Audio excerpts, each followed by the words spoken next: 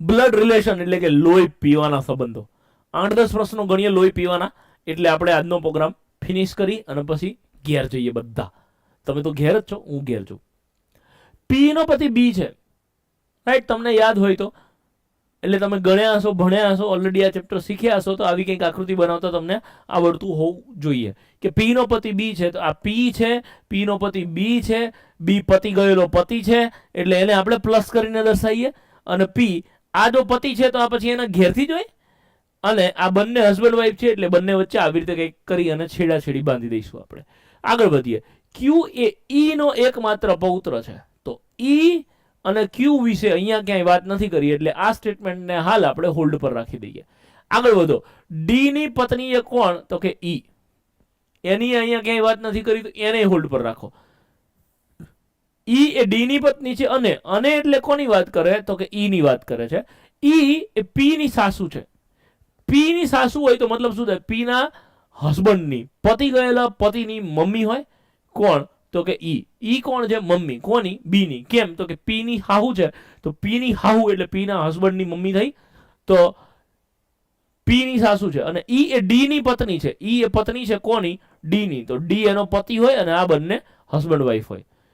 તો આ વાક્ય આપણું સેટ થઈ ગયું. આ એક વાક્ય આપણે વચ્ચે છોડેલું કે ઈ નો એકમાત્ર પૌત્ર કોણ છે? ક્યુ. તો ઈ નો એકમાત્ર પૌત્ર એટલે એકના એક દીકરાનો એકનો એક દીકરો કોણ છે? તો કે ક્યુ. તો કે ક્યુ એનો દીકરો થયો. તો પ્રશ્ન શું પૂછ્યો છે કે બી નો ડી સાથે શો સંબંધ થાય? બી નો ડી સાથે. ડી સાથે એટલે ઓલવેઝ ધ્યાન રાખજો, જે વ્યક્તિના પાછળ સાથે શબ્દ લાગ્યો હોય એ વ્યક્તિ બોલે. એટલે ડી બોલશે અને કોને બોલાવશે? બી ફોર બચુ કાકાને. ડી બી ને શું કહીને બોલાવશે? જો માતા હોય ને તો ઓ મારા દીકરા એવું કહીને બોલાવે. અહીંયા પિતા છે, જે પિતા હોય એ શું કહીને બોલાવે? તમને અને મને ખબર છે. પિતા અને એનો દીકરો કહીને બોલાવે. અહીંયા સભ્ય ભાષામાં વાત કરવી પડે, નહીતર એમ જ મારા જેવા કહે ગધેડા અમાય એમ કહીને જ બોલાવે, રાઈટ? તો આ એનો દીકરો થયો. ચલો આગળ વધીએ. નેક્સ્ટ ક્વેશ્ચન જોઈએ. મારી ફોઈના પિતાના પુત્રની પુત્રી મારી શું થાય? રાઈટ? બ્લડ રિલેશનમાં અલગ અલગ 4 પ્રકારે પ્રશ્ન પૂછાય છે. તો એ 4 પ્રકારે જે પ્રશ્ન અલગ અલગ પૂછાય છે એમાં આ બીજા પ્રકારનો પ્રશ્ન છે. પહેલા પ્રકારનો પ્રશ્ન તમે જોયો એ આપણે મતલબ આનો આ રિલેટિવ, એ નો બી, બી નો સી, સી નો ડી, ડી નો ઈ, એવી રીતે આપેલું છે. ઓકે છે? આ કેવી રીતે પ્રશ્ન હશે? આ બીજા પ્રકારનો પ્રશ્ન છે, ડાયરેક્ટ રિલેશન. ધારો કે હું અહીંયા મારી જોડે કોઈને બોલાવું અને હું તમને ઓળખાણ અપાવું કે આ વ્યક્તિ મને શું થાય છે, તો આ વ્યક્તિ મારા કાકાના મામાના માસીનો દીકરો થાય, એવી રીતે ડાયરેક્ટ ઓળખાણ આપતા હોય એ પ્રકારના પ્રશ્નો છે. તો આ છે મારી ફોઈના પિતાના પુત્રની પુત્રી મારી શું થાય. હવે મારી ફઈ, આ પ્રકારના પ્રશ્નો જો 7 જન્મના પુણ્ય ભેગા થાય તો આ પ્રકારના પ્રશ્નો પૂછાય. એટલે એના માટે તમે રિયલ લાઈફ કેરેક્ટર વિચારો તો સૌથી સહેલું પડશે, રાઈટ? તો કેવી રીતે વિચારીશું? મારી ફોઈ એટલે મારા પપ્પાની મમ્મી, એના પિતા તો મારા ફૈબાના પપ્પા એટલે મારા દાદા થયા. મારા દાદાના પુત્ર એટલે કાં તો મારા પપ્પા અને કાં તો મારા કાકા. એની પુત્રી એટલે મારા પપ્પાની છોકરી હોય તો એ મારી બેન, અને મારા કાકાની છોકરી હોય તો એ મારા કાકાની છોકરી એ બેન જ થાય. So the right answer is boon, right? Bane નહીં, બુન. ઓકે છે? સોરી, આગળ વધીએ. આ ટાઈપ સી ત્રીજા પ્રકારના પ્રશ્નો છે. લોકો હેરાન આમાં થતા હોય છે. તો આમાં શું કરવાનું કે વિજય કહે છે, શું કહે છે કે ભાઈ આનંદની જે માતા છે ને એ મારી માતાની એકમાત્ર પુત્રી છે. એટલે આ જે પાછળ વાળું વાક્ય હોય ને એને આપણે પહેલા સમજવાનું. કેવી રીતે? તો વિજય કહે છે, તો વિજય શું કહે છે કે ભાઈ મારી માતાની એકમાત્ર પુત્રી. આટલું પહેલા સોલ્વ કરો. વિજય એવું કે મારી માતાની એકમાત્ર પુત્રી, તો કોણ થયું? વિજય એમ કે મારી માતા ની એકમાત્ર પુત્રી. હવે ધારો કે હું જ વિજય છું, મારા મમ્મીની એકની એક દીકરી, મને શું થાય? તો કે મારી બેન થાય, મારી બૂન છે, બરોબર? તો મારી બેન એ કોણ છે? તો કે આનંદની માતા છે. વિજય એવું કે મારી બેન એટલે કે આ વિજય છે, વિજયની બેન એ આનંદની માતા છે, તો આ આનંદ એની નીચે લખાય, અને આનંદની મમ્મી, આનંદની માતા કોણ થશે? તો કે આ જે બેન છે એ કોણ? તો કે વિજયની બેન છે એ. તો આનંદનો વિજય સાથે શું સંબંધ થાય? તો વિજય બોલે અને આનંદને બોલાવે. શું કહીને બોલાવે? તો કે એના બેનનો ભાણિયો છે, એટલે આનંદ એ વિજયનો ભોણો થયો. રાઈટ? આ પીએસઆઈ ની કોઈ એક્ઝામમાં પૂછાયેલો પ્રશ્ન છે. ओके છે? ग्रेट. चलो आगे बढ़ते हैं और एक बढ़िया क्वेश्चन देखते हैं. आ कोडेड वाला प्रश्नों છે, લગભગ આવા 2-3 પ્રશ્નો હું લઈને આવ્યો છું. યસ. m+n મિત્રો ધ્યાન રાખજો, m+n એટલે m એ n ની માતા છે. તમારે તો હું આજે ચકેડા કરું છું ને એટલી જ વસ્તુને ધ્યાનમાં રાખવાની ખાસ ધ્યાન રાખજો મિત્રો, કે m+n એટલે m એ n ની માતા છે. તો કે પ્લસ નો અર્થ શું થાય? માતા. m-n એટલે m એ n નો ભાઈ છે. તો માઇનસ નો અર્થ શું થશે? તો કે ભાઈ. m%n એટલે m એ n ના પિતા છે. તો પર્સન્ટેજ નો અર્થ શું થશે? તો હું અહીંયા લખી નાખું પિતો.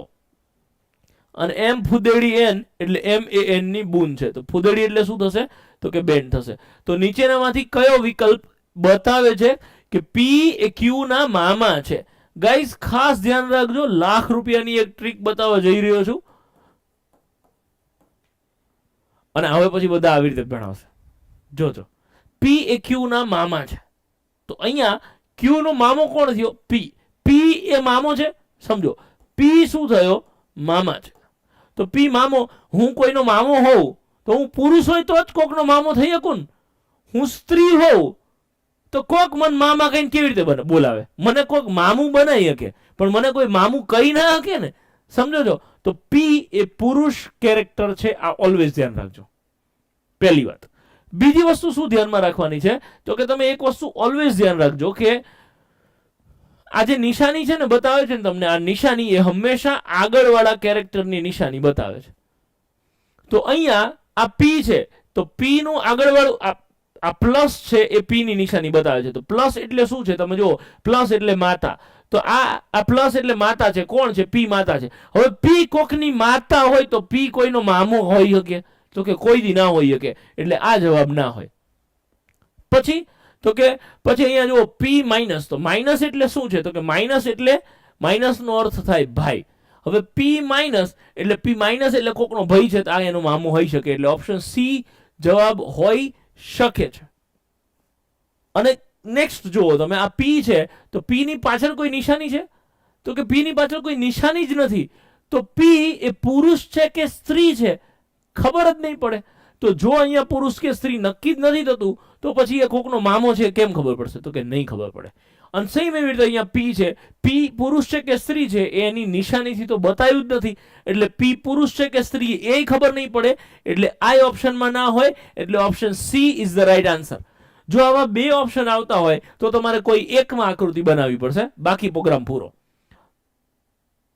આ ટ્રીક તમને સમજાણી કે ના સમજાણી મને પ્લીઝ એક વખત અપડેટ કરો, કમેન્ટ કરીને જાણ કરો, કેમ કે આ થોડીક સ્માર્ટ વસ્તુ છે. સમજાઈ ગઈ તો ગ્રેટ, ના સમજાય તો ડખા થઈ જાય. ઓકે છે? છતાંય આ એક આકૃતિ હું બનાવીને શીખવાડવાનું ટ્રાય કરું છું કે q ફુદેડી m. તો ફુદેડી એટલે તો શું થાય? તો કે બેન. તો આપણે આમ રકમ વાંચીશું q ની બેન m.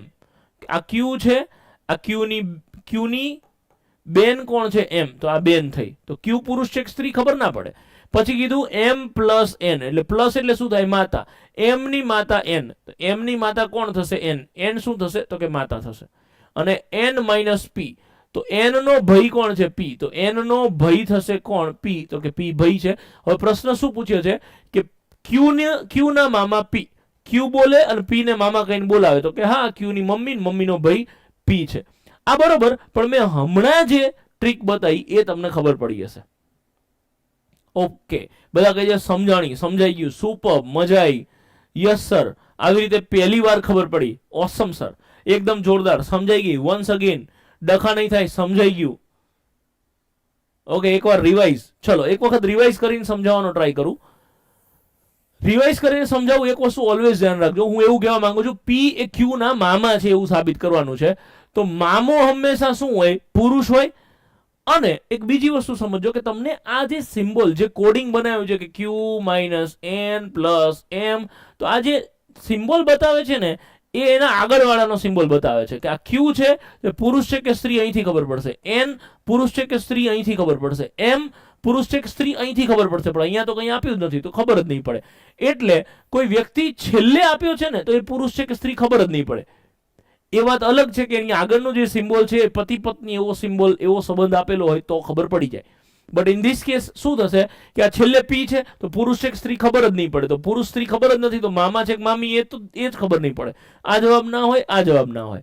અહીંયા પી પ્લસ પ્લસ એટલે અહીંયા તમને માતા આપેલું છે એટલે પી માતા, માતા તો પી સ્ત્રી થાય, તો સ્ત્રી હોય કોઈ દી મામો થોડી હોય તો એ જવાબ ના હોય. એટલે આ ટીક કરીને ઘેર આવતું રહેવાનું. ભયંકર જોરદાર ખતરનાક અદ્ભુત અને નેક્સ્ટ લેવલની ટ્રીક છે જે કોડેડ બ્લડ ડોનેશનમાં ભયંકર રીતે કામ કરે છે. રાઈટ, આખા ગુજરાતમાં કોઈ આવી રીતે ભણાઈ દે ને એટલે આપણે ભણી લેવાનું, બરોબર છે. પણ બહુ ઓછા લોકો આ વસ્તુ સમજી શકે છે. રાઈટ, એનીવેઝ જો આ જીપીએસસી 2017માં આ પ્રશ્ન પૂછાયો છે. શું કીધું છે? પી એ ક્યુ ની માસી છે, તો પી ફોર પોપટલાલ માસી છે, પી માસી છે તો પી સ્ત્રી હોવી જોઈએ. હવે જો ધબધબાટી બોલાય, પી સ્ત્રી હોવી જોઈએ. જો કે અહીંયા બધામાં પી નો રિલેશન ડિસાઈડ થાય છે, પણ પી માઇનસ, માઇનસ એટલે શું છે તો કે બેન, તો કે અહીંયા પી સ્ત્રી છે, આ જવાબ હોઈ શકે. પી ઇક્વલ ટુ એટલે શું ભાઈ, તો પી પુરુષ. હું કોઈની માસી હોઈ શકું, કોઈ દી ના જોઈ શકું ને એટલે આ જવાબ ના જોઈ. પી પ્લસ, પ્લસ એટલે શું છે તો કે પ્લસ એટલે માતા, આ જવાબ હોઈ શકે. પી ગુણાકાર, ગુણાકાર એટલે શું હશે દીકરી, તો આ જવાબ હોઈ શકે. અહીંયા હલવાણા, હલવાણા તો શું પ્રોગ્રામ ગોઠવવો પડે. અહીંયા તમારે આકૃતિમાંથી ગણવું પડે ભાઈ ક્યુ ની માસી પી, તો ક્યુ ની માસી પી થાય તો તમે જુઓ અહીંયા વિચારવાનું કેવી રીતે તમે ફટાફટ કેમ ગણી શકો. પહેલા તો આ તો જવાબ ના જોઈએ એટલે આને તો આપણે જોઈશું જ નહીં.